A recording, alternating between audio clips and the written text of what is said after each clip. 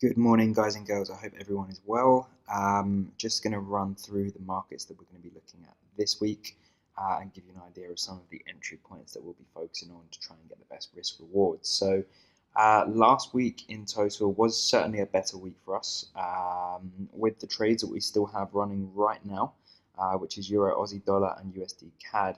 As I speak at this very moment, we are about 2.3 units up in total for last week. So fingers crossed these USD CAD and Euro Aussie dollar can keep moving in the right direction. But obviously a much better week for us with 2 and a bit units. So coming into this week, USD for us is looking very, very weak. So we've got a lot of focus on USD pairs this week.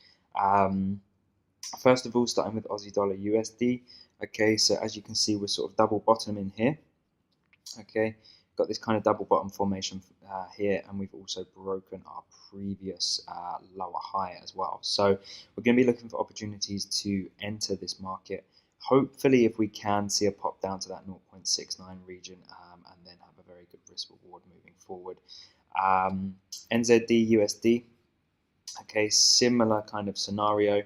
To be honest, again, looking for strength in New Zealand dollar and strength in Aussie dollar, and obviously that weakness to come through on the USD this week. So again, we have taken out that previous lower high, and therefore we'll be looking for that kind of pullback, potentially around this box region that I've highlighted right here. So around sort of 0.6525 would be a nice entry point to catch the bullish move up.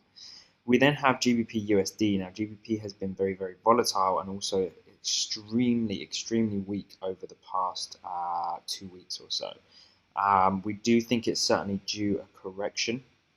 Okay, and where we're sitting right now, a nice pair to actually trade this market would be GBP USD, with the fact that we've got, we expect that weakness coming through on the US dollar as well. So obviously where we are right now, we're sort of ranging between this 1.2750 and 1.2650 roughly. And we're going to be looking for signs and opportunities to actually buy this market up and potentially take this market about 150 pips or so to 1.29 this week.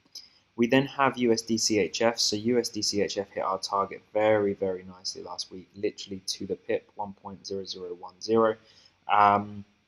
Profits were taken here. Nice, good, swift move to the downside. We had a very nice entry on this market, literally around this point here. Okay. Now I do think there's going to be a continuation in play on this downtrend. Okay.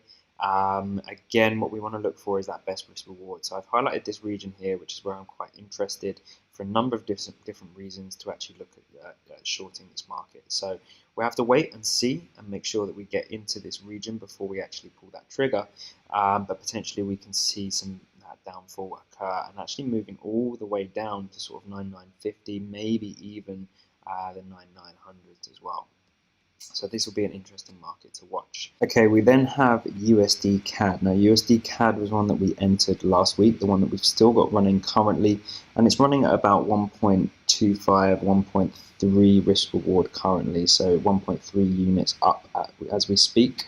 Now our entry on this market, okay, was precisely 1.34740, okay, and this it was on the rejection of this upper level that we have highlighted here. Now our stops on this market were probably a little bit closer than normal. Yeah, 1.3525, which we've now also moved just a little bit closer, just to protect our position on this. And now obviously we're looking to see that really come through and actually pull down to this 1.35 level, okay, 1.3350, sorry. Now originally our stops were, I believe, 1.3530. So yeah, obviously as you can see, this downward momentum is continuing currently. If we jump into the daily time frames, you can just see how these rejections on this upper boundary, also rejecting that that descending trend line. All of this in synchronization is looking very, very good. So we just want to see that push to the downside. We could even see this market come all the way down to 1.33, but we're not going to be Not going to be too greedy with this one, as that does come and bite us in the ass sometimes. As an example would be GJ last week. But yeah, so hopefully we can see this market continue to fall and hit our target this week. And so far it is looking good. We then have GBP CAD. Okay, so we are bullish on CAD this week, and we do have this potential sort of consolidative zone in this area here for GBP CAD. So between 1.7150 and 1.6950, we are kind of just finding our direction and finding our feet at the moment on this market. So ideally for us, what we would like to see is probably another retest of this 1.7 psychological level. But we'll have to wait and see, as the market is already creating these sort of discrete higher lows in this market. Okay, so what we do need to do is we need to really take out the previous higher low, which will either be this spike, okay, or this area here. If we can take that out, then we should be up and moving upwards for a nice big correction on this market. Okay, and this correction could come all the way to around 1.74, maybe even 1.75. So there's a lot of pips to potentially catch on this one, GBP CAD. So it'll be interesting to see how this one will pan out throughout the week. We have Euro CAD as well, which is one that I've just identified that I want to look at this week. Okay, so obviously, as I mentioned, we are bullish on the Canadian dollar. Okay, and as we can see, we had a big downward movement, a big downward pressure from 1.5150 down to 1.4950 roughly. Now we've come back up. We're testing quite a crucial zone, okay, a crucial Fibonacci region. And we've also at the moment failed to make a higher low. We made a higher low, so we failed to actually make a higher high on this market. So that's a good sign that this downward momentum can continue. And we're also obviously sort of retesting that previous structure as well. So it does look a very, very nice opportunity to be entering this market, especially upon all these rejections that we're having around here. And if you just jump into the hourly, again, you can just see us really rejecting these areas now. Okay, so one rejection around 1.50750, second rejection 1.50750, third rejection 1.50750. So I do think some downward movement is in play on this one, and ideally I'll be looking at entering that very, very soon once I see the information that I'm looking for in these charts. Now, just jumping into the weekly, just to give you an idea behind what's happening on this market. If we just zoom right in, what we can see over the past sort of 3, 4, 5 months or so, there's been absolutely no closures, okay, no closures whatsoever up above 1.51750. Okay, we keep wicking into this area, and sellers are coming in strong, rejecting. Sellers are coming in strong, rejecting. And for the last sort of 2 months, we have failed to even break over 1.507 to the pip pretty much on a weekly basis. So what we do want to see is we want to obviously see that sort of potential to short this market again, and actually take this market a lot lower and actually see it break that structure that we currently have. Okay, so the current structure we have here is this sort of triangular pattern that we've got in play at the moment. Okay, it's this sort of triangular formation. Okay, and obviously we're going to break out either side, and we do certainly favor the downside on this one, especially seeing as we've got all these rejections around 1.54 as well. Sorry. So yeah, so Euro CAD looking for those shorts. Okay, this one could be probably the first one of the week, I would have thought, judging by how it's looking at the moment. But we'll keep you posted. We then have Euro Aussie dollar. Sorry. And Euro Aussie dollar is the one that we entered last week, and so far still looking strong. Okay, still looking very, very strong. We've broken this sort of highlighted area that we've got here. We managed to break this last week, okay, which is a very, very good sign. So we're in this sort of, again, consolidative range, and finally when we broke it, we had one more retest of the highs, and then boom, off we went to the downside. Okay, so on this one, we're only sort of chasing another 45 pips or so, so hopefully we can actually make that coming into today, maybe tomorrow, but certainly could be an interesting end to that trade. Looking very, very good at the moment. No reason why we should be turning just yet. We've even closed below the EMAs now, and we tested the EMAs on the larger time frames as well. So target realistically 1.61, but we'll take that a little bit early just to make sure we don't miss it by a pip or two.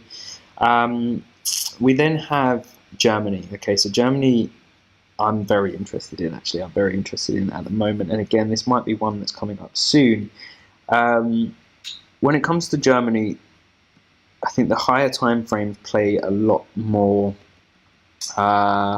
importance than the lower time frames. Okay, and as we can see, we're in this real solid upward trend at the moment. Real solid upward trend. Now, a lot of people that I've seen are looking at actually shorting this market. Okay, now personally, I can see why. Okay, I can see why we would look at shorting this market where we are, especially we have this big bearish push here. But at the moment, we are still creating higher highs and higher lows. Okay, and because of that, it means that we are not in a downtrend just yet. We're in a crucial region right where we're bouncing from now. Okay, we've come to this level that we've rejected previously, and we have picked up buyers every time we come into this level so far. So what I want to see on this one. Okay, what I want to see is, firstly, I want to see an hourly close. Okay, I want to see an hourly close probably above here. So if we close on this candlestick where we are now, then I will certainly be looking for a little retest and then an entry on this market. Okay, because I think that's very, very important. We then also would want to see us break this trend line. Okay, this descending trend line. If we can break this trend line, okay, then we have a pretty clear path all the way to sort of 12,300, okay, 12,300, and then after that all the way to 12,450 as well. So quite a big move to occur on this market. So this will be interesting as well. If we can get a nice entry on this where we are down here, then it could be a very, very big risk reward trade. Okay, just looking at where we are now, if we do close above that trend line, okay, and we do happen to get the retest that we're looking for, then in terms of having tight stops on this market, which I don't normally like to do, but we can give it probably a little bit of room, maybe about 80 pip risk, I think, on this one. So stops would be about 11,975, but our target on this one can be 12,325. Okay, our target can be there, which is 3.5 risk reward, so very, very nice. So it could be a good move to see on Germany. We then have CAD JPY. Okay, CAD JPY looks interesting again. To me right now, we're already kind of breaking out of this region where we're rejecting this 81.25 level. And again, I would probably just look for a little bit of a retest and a pullback before potentially taking this one higher as well. So yeah, CAD JPY is looking good. CAD, we know, we believe is strengthening. So therefore it kind of matches up and synchronizes what we want to do.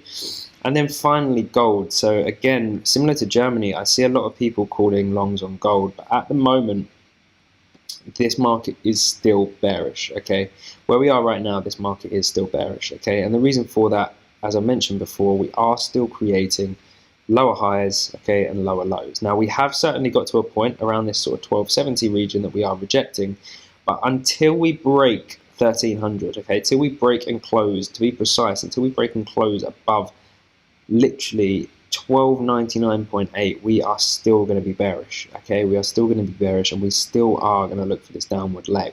And if so, okay, if we do see this sort of bearish movement coming on gold, then we can certainly expect Germany to start rising as well. So I'm going to be looking for entries around this 1290, 1295 level. We may even pop up to 1300 and reject it this week.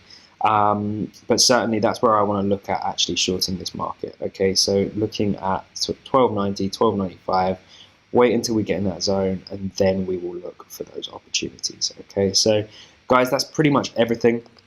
What I will do is just quickly show you, not Barclaycard, quickly show you what we've got on this week. Okay, so this week on the economic calendar, I always use FX Street, okay, because I find it much easier. I have it on my phone as well.